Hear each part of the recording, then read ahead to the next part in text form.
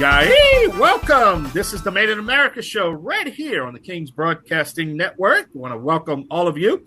We do have to make a programming note, though. This is I know y'all going to all cry, but this is our last show of the year. Not our last show, but our last show of the year. I know Greg's going to be joining us, my co-host, but Greg, welcome. But I kind of scared Rita when I didn't finish it. I said, this is going to be our last show, and the last show for the year. But welcome all of you, the Made in America guy himself, Mr. Greg Owens. Hey, Greg, welcome, my buddy. How are you doing today, Michael? Wow, I tell you, we're still talking from last week's show about the patent situation, the copyright situation. But I'm going to get over it. I do welcome everyone to go back to that show and listen to it. How in this country you can come up with a patent and have a political organization steal it from you that's sanctioned by the government. I still don't get it, but we'll come back to that. But hey, my buddy Greg, a lot going on, and this is our last show of the year. And Made in America here. New regime coming in. We got a lot next year we're going to be going over. I need to tell you, I'm happy. As you can see, I'm smiling. My stock is up this morning. I'm happy. I'm getting some money now.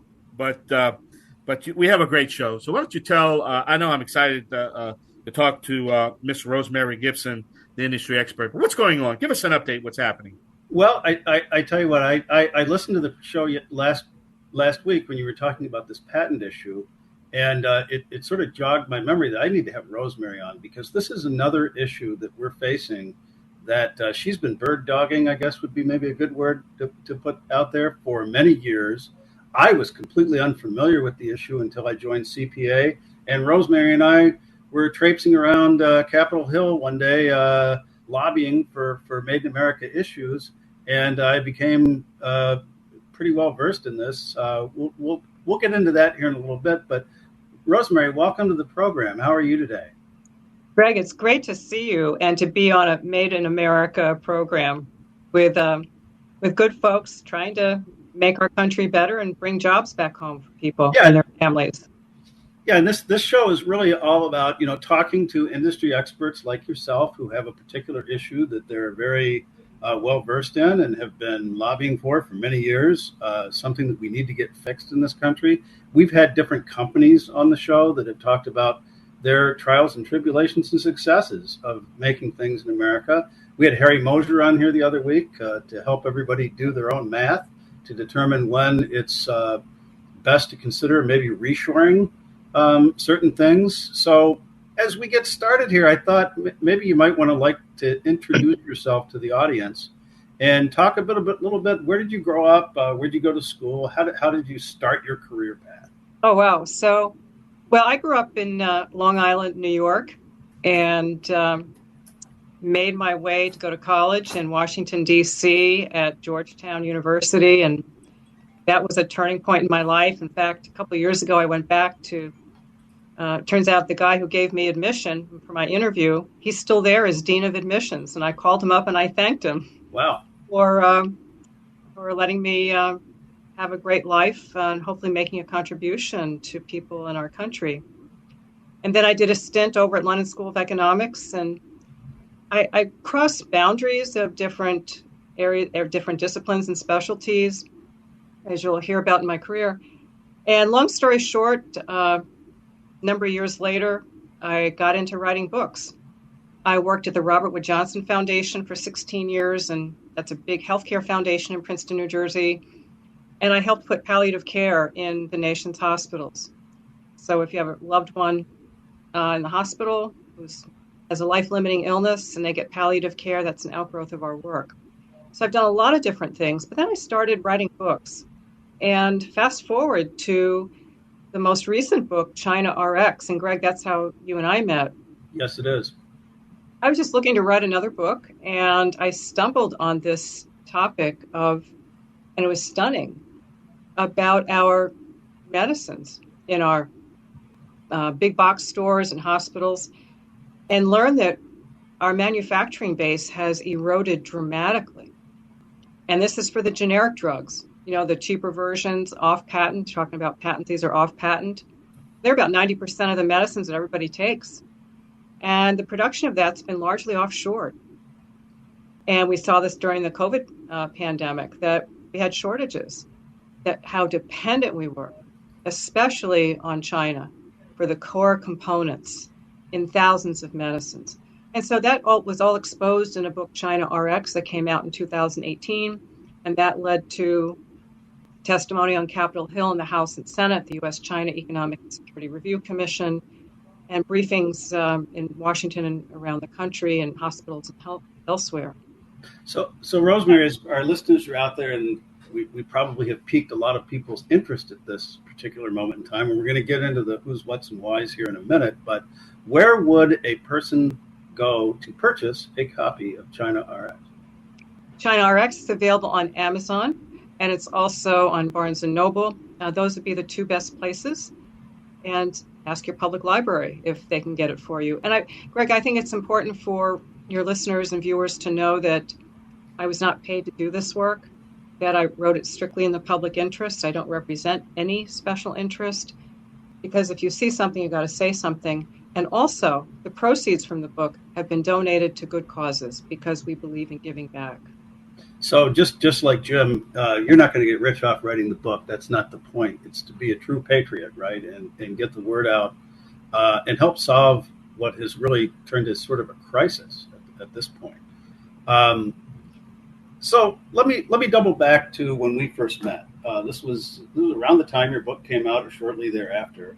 And we became involved in this organization called CPA, the Coalition for a Prosperous America. And I think the first time we met, right, was on one of those fly-ins. And when the two of us, I believe it was my son, Will, and Candace, traipsed around Capitol Hill, going from office to office, helping to enlighten some of our representatives and their staff about certain issues, including this prescription drug issue. Yeah, that's right. And I was so grateful and am grateful to CPA being a bipartisan group that we all share the same important goal of trying to ensure that we have the ability to make things that we need in our lives every day and not be captive to other countries that might have, different intentions and nefarious intentions. And I think our medicines, our drugs that people take, that's a kitchen table issue, that people can understand why trade matters, why manufacturing at home matters. So I think we've made a lot of progress. China RX just exposed all of this, and you're right, we got to be up on Capitol Hill. And now it's common knowledge. I'm very impressed with how many members of Congress and people in the executive branch and the new administration coming in understand we have a problem. That was not the case before China RX. Now we have to work on getting something done. Yeah, and this is one of the reasons that I joined and embraced CPAs, because like you mentioned, this is not a political issue. It's a kitchen table issue. And the reception that we received on Capitol Hill, you wouldn't know if there was a deer and R on the door after you opened up this conversation. It just became a very real conversation about an issue that doesn't have political boundaries, right? That's right. And whether you're Democrat or Republican, you want to make sure you have access to antibiotics, which, by the way, we can't make antibiotics anymore in the United States.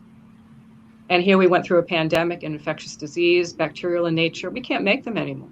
Yeah, we've talked about some of the supply chain disruptions and the national security issues, which is really what this boils down to. But before we get into that, we're going to have to take a quick break here and pay some bills. And when we come back, we'll rejoin this conversation with Rosemary on Home Talk USA, the Made in America Hour with Michael King, Rita Crompton, and yours truly, Greg Owens. 3 hours of great radio. We'll be right back. Are you from California, Illinois, New York, Georgia, or any of the other 39 states that charge state income tax? Does your state claim you owe them any amount of back taxes? Or have you not filed in years? Is your heart pounding because you know they're wrong or you just don't have the money? Don't fight the state income tax board alone. The Tax Doctor is here to help you. The state is much more aggressive than the IRS in collecting taxes. They have the power to take your home, your car, your driver's driver's and business licenses, even garnish your wages, freeze your bank accounts, and go after your spouse. Solve all your income tax problems permanently and keep more of your hard-earned money. Make this 100% guaranteed risk-free call right now. 800-985-1610. 800-985-1610. 800-985-1610. That's 800-985-1610.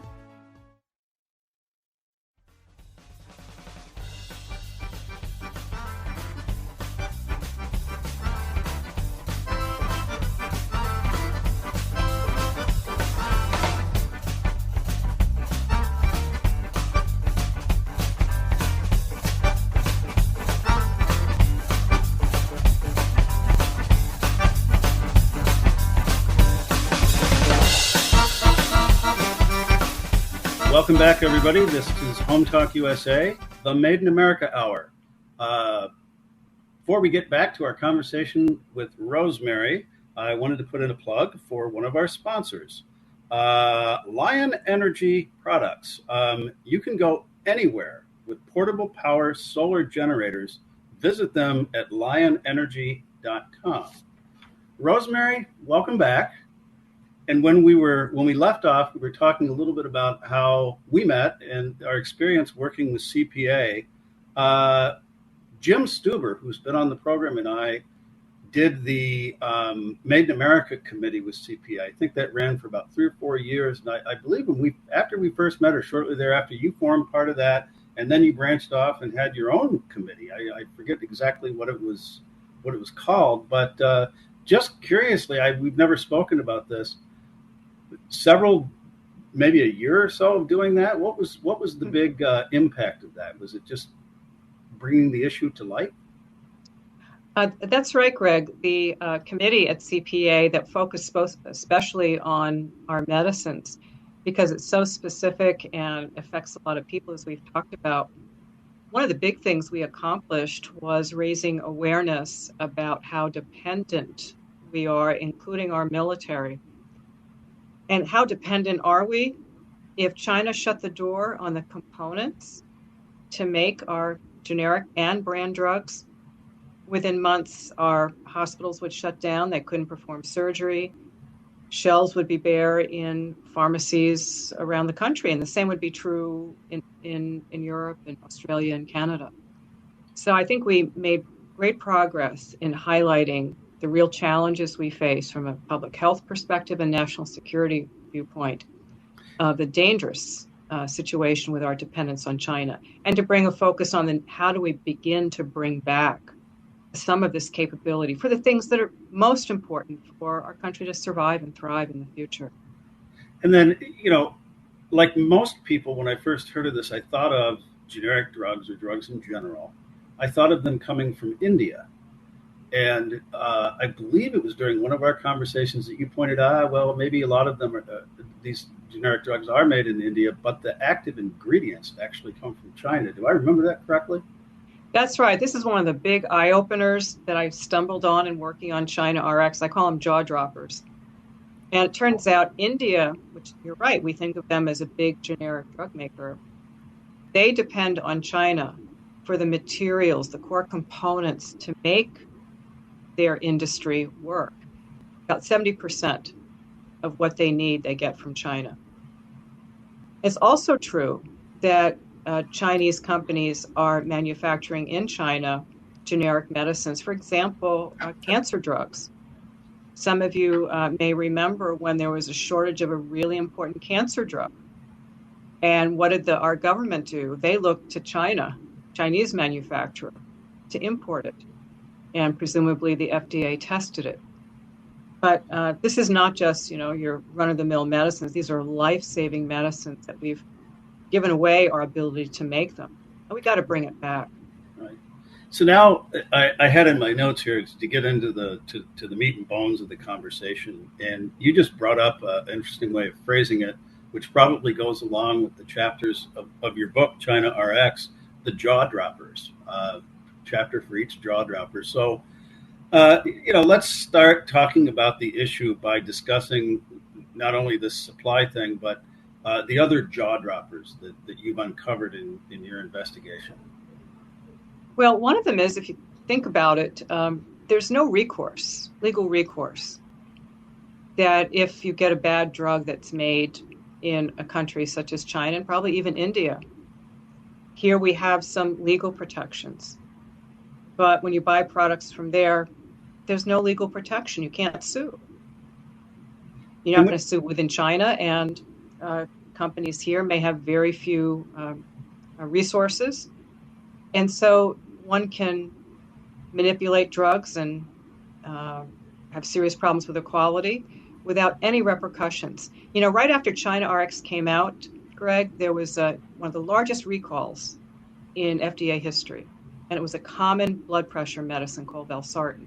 I mean, couldn't have happened better. The book came out in April 2018, 3 months later, biggest recall. And the biggest culprit was a Chinese firm whose active ingredient, the thing that makes your medicine, had 200 times the acceptable limit of a carcinogen per pill. And people take these pills every day. And what's worse is they knew that their drug did not meet U.S. standards, but they sold it anyway. And like people were taking it. Michael and Rita did a show on patents, and one of the things that is so powerful about the inventors, which is Rita's segment, is that they have a patent they expect it to be enforced. And one of the big issues, and we heard a lot about it over the last 6 years, particularly in the Trump administration, was the IP theft issue.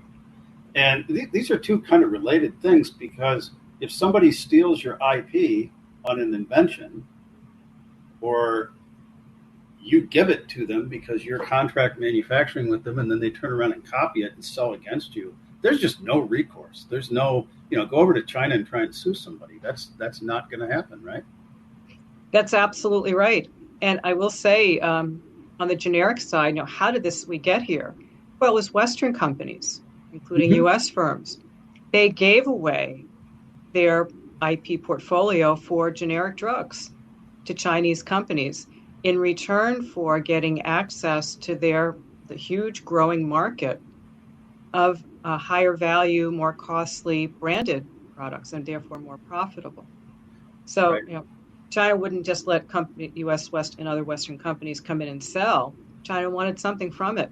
And so that's how we really accelerated the loss of our manufacturing capability for products that are needed to take care of people in hospitals every day of the year. Right now, every hospital in the country. We got to fix that.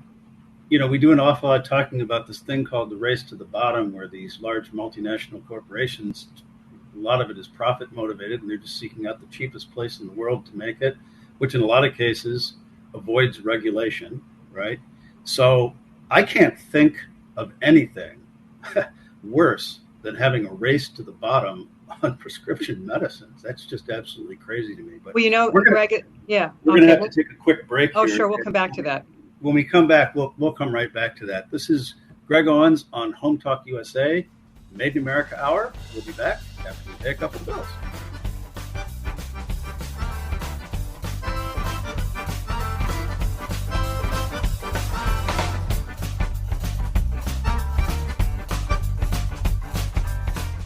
Tired of struggling just for your customers to notice you? Your business needs Constant Contact. Constant Contact's award-winning marketing platform has helped millions of small businesses stand out, stay top of mind, and see big results. With powerful tools like email, SMS, social media, and events, you'll say the right thing at the right time to sell more, raise more, and fast-track growth. Plus, everything's backed by Constant Contact's expert live customer support. So get going and growing with Constant Contact today. Try it free at ConstantContact.com.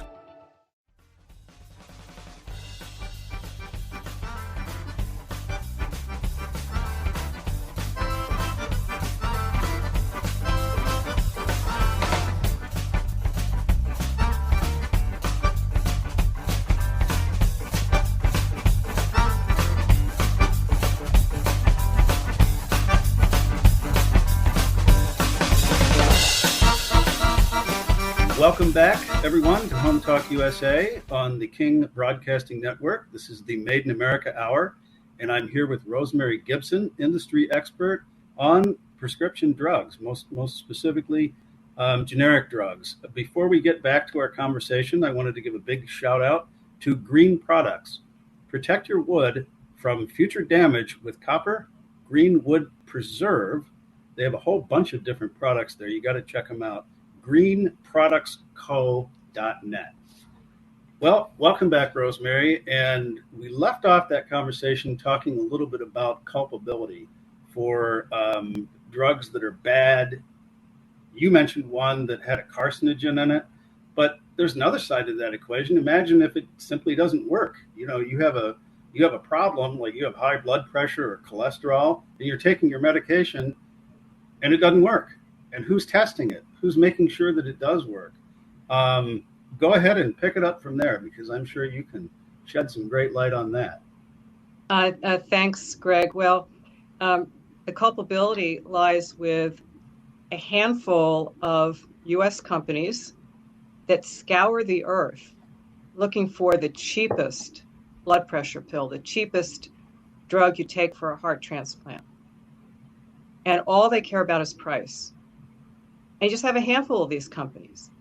And they are the ones that are responsible for hammering down on generic drug manufacturers and driving out U.S. firms. You know, we can point fingers at India or China, but who's buying this stuff? And so they share a huge culpability. And it's simply on price, not on quality. And what we're seeing is last November, this was a huge step forward. The U.S. Department of Defense announced that it was launching a generic drug testing program. And the reason that it did this is because there was emerging data showing that, to your point, maybe it doesn't work. It turns out how you make a drug is really important, the manufacturing side. And if you don't make it right, it won't work properly. Let me give you an example. There was data that came out from a Cleveland Clinic study for people who've had transplants, heart transplants, kidney transplants. And one of the docs there said, it doesn't seem to be working right. So they had it tested. And they found that this drug did not dissolve properly in the body. And when that happens, it's not working. And when that happens, you're at risk of losing that heart or new organ that you got. This is very serious business. And even more so, the FDA has known about this at least since 2014. And so there's continued testing of this drug. And my idea for this testing is, let's have big buyers, big hospitals, big systems. And Kaiser Permanente started testing, actually, a number of drugs tested, which is great, is to use that information for buying decisions. We've got to buy differently, not just make differently, but you've got to have those big purchasers send signals to the marketplace that you just can't do this anymore. We're going to be having products tested. It's like the underwriter's laboratory. Let's have products tested. Well, you know, that reminds me of an issue we got into many years ago, and it's something that continues to boggle my mind. We sold coated baby spoons, and it's a baby product. It's for children, babies, so it's regulated by the FDA. And all of the products that are sold need to go through testing, and we had to pay thousands of dollars to have our plastic coating tested and certified. Well, if you think of a baby spoon, I know we're getting a little off topic here. They have those ones where you stick it in the food and it turns a different color if the food's too hot. This prevents you from burning your baby's mouth. Well, those all have carcinogens in them.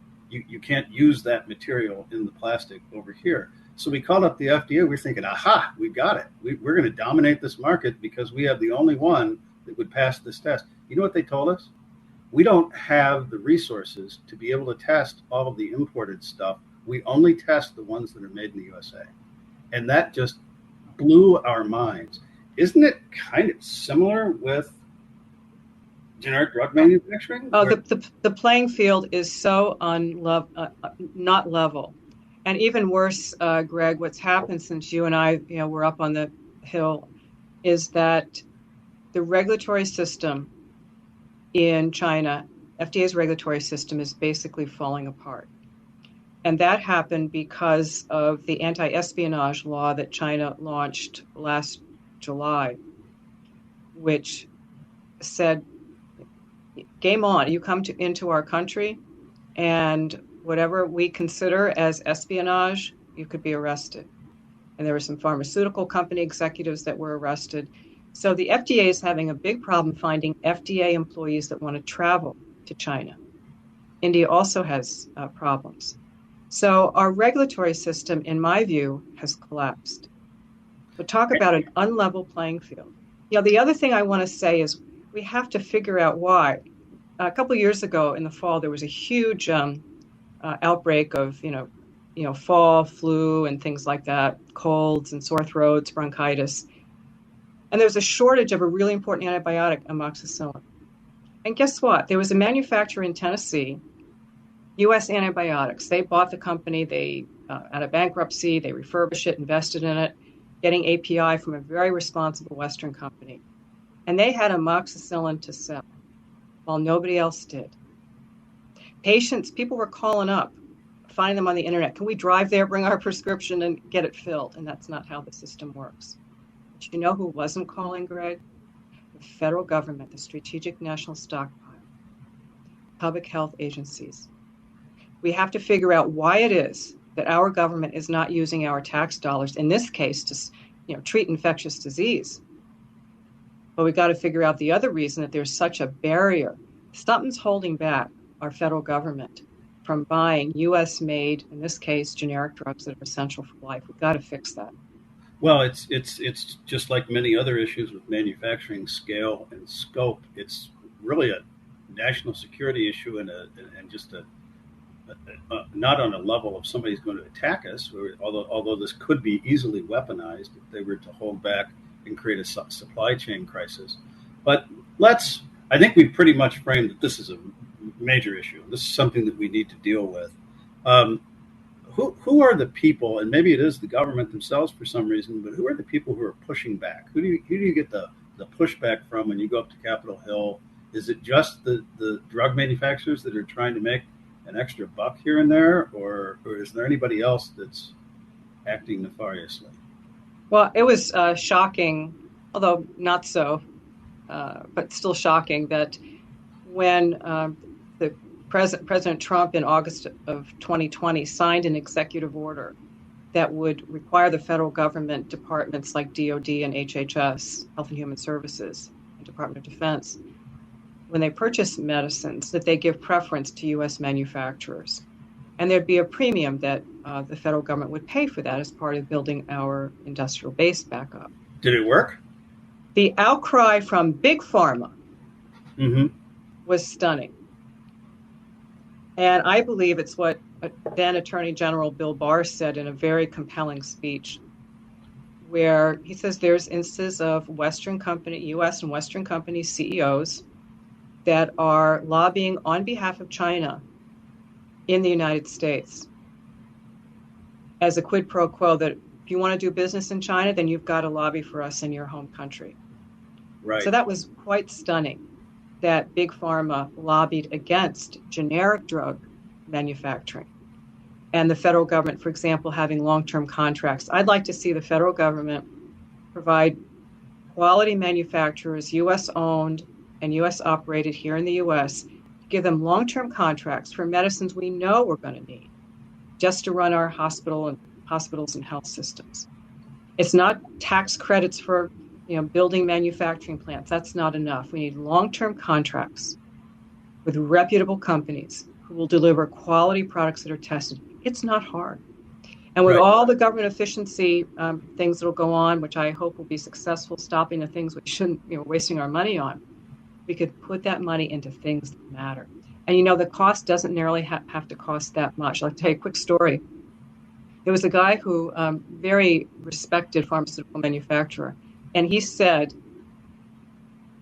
he would make a drug that would sell $1 for 90 tablets. He'd go in a retail pharmacy, pay $150.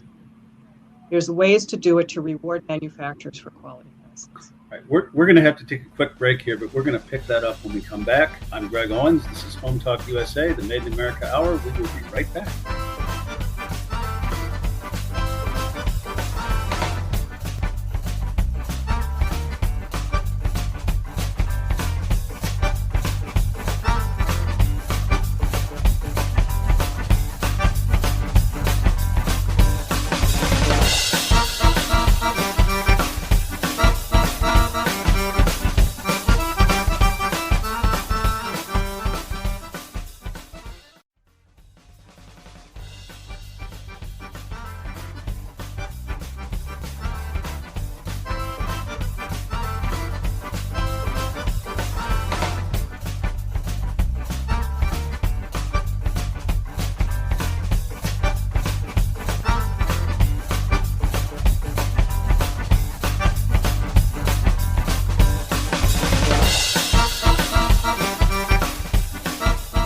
Greg Owens on HomeTalkUSA, the Made in America Hour. I'm here with Rosemary Gibson, and we're talking about a scary issue, but one that we can resolve and one that we're going to resolve. Before we get back to that, I'd just like to give a shout out to one of our sponsors, MadeInUSA.com. It can be difficult to find products that are made in USA on the internet. We all know, we've talked about pool legislation and how difficult it is, and people don't disclose where it's made. But if you're looking specifically to buy products that are made in USA, Don Bruckner and Brad Winnings have created this site called MadeInUSA.com. Go there. Everything is vetted. You can find everything from a candy bar to a sofa. MadeInUSA.com. Rosemary, welcome back. And when we were just talking about the government being the key driver in rejuvenating an industry that in a lot of cases we've simply lost. And stockpiling not only of drugs could be a part of the solution, but also stockpiling of maybe some of the key ingredients to manufacture those drugs in the time of a crisis could be a key component to that strategy. But Jim and I have talked on this show about just any industry, and here at Sherrill Manufacturing, we have a government contract to make knives, forks, and spoons for the U.S. military. It's not a big part of our business, but it certainly was and helped us get our feet back on the ground and preserve the flatware making industry in the United States. Some of these other companies, I mean, the government, we'd like them to buy 100% from us, but they're not going to because of cost constraints. But what would it really cost for the U.S. government, and I'm including all branches of the government, not just the military, to carve out a certain percentage? We got to start somewhere, right? So if a certain percentage, let's say 10, 15, maybe it's escalating percentage of the consumption that they would use for the VA, for example, were to, by mandate, have to be made here in the United States, wouldn't that be a great place to start? It sure would. If you think about it, the federal government operates the VA health system. The military health system is huge. And also the Department of Health and Human Services has stockpiles of meds for public health departments around the country. And what would the premium be? Well, the executive order said, let's put up to a 20% premium that the federal government would pay. Now, some people will say, oh, the price of my drugs will go up. Well, let's think about this. I think if we juxtapose this to all the inefficiencies that we're going to be seeing from the government efficiency people, this would be a very wise investment. And that's what the government should do. Remember, this should be part of our infrastructure for our national security and public health. And we're not talking about bringing everything back. We're talking about just those most essential drugs that you need to make our health systems function. Start out with the first 10, 15, 20 drugs and begin to have long-term contracts. You know, I trained as in economics. What happens when you spend money in your own country? Remember, this money is going to other countries to build their economies. If you spend that money here, it has a multiplier effect. And I'll guarantee you, if we could have someone model this, you pay a little bit more for drugs that are made here in the U.S. You hire workers. They pay taxes. A lot of other jobs are created from construction, from distribution. You have scientists. That's considered an investment, not just an expenditure. At the same time, you improve your public health and national security. You know, we've been doing that repeatedly in other industries, chips. You know, you read a lot about that. I think they just announced yesterday $100 billion investment in chips, some ridiculous number in chips. We all saw what happened to our automobiles when they were just stacked up like cordwood on lots because they couldn't get the chips to make them work.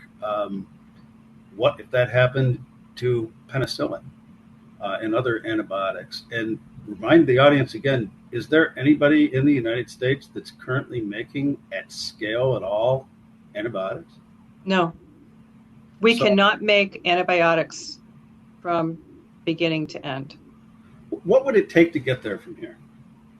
Well, there are actually good people that came up with estimates to build an antibiotic manufacturing plant. But again, like any company that wants to start a business, you have to show your bankers, your investors that you have a market. Mm-hmm. And so that's why I keep emphasizing, let the federal government, the military health system, the VA, HHS, we should be having the capability here at home to make antibiotics, and we're going to need them every single year. We have bronchitis, pneumonia, they all need to be treated. The drugs are not going to go away. Why don't we invest in state-of-the-art manufacturing of antibiotics? There's actually a bill introduced in Congress, but there's a lot of pushback from special interests who might be protecting other countries. It's not just money, but there's a lot of other people that want to maintain the status quo. But I think the game changer here, Greg, is now we have data showing the quality of these drugs. Some of them is very poor. And Right. people are being harmed. And So- nobody wants to talk about that. It's very sensitive. But we've got poor quality manufactured drugs. If they were poor quality made pots and pans and flatware, people could tell. But if you take that pill, you can't tell. But if Costco were selling defective tires, they would stop. And so we got to do the same thing. We've got 100% certitude that on every pharmacy shelf, every military hospital in the U.S. and VA, there are substandard drugs on those shelves. That's the game changer. That's new, and that's why we have to bring it back home.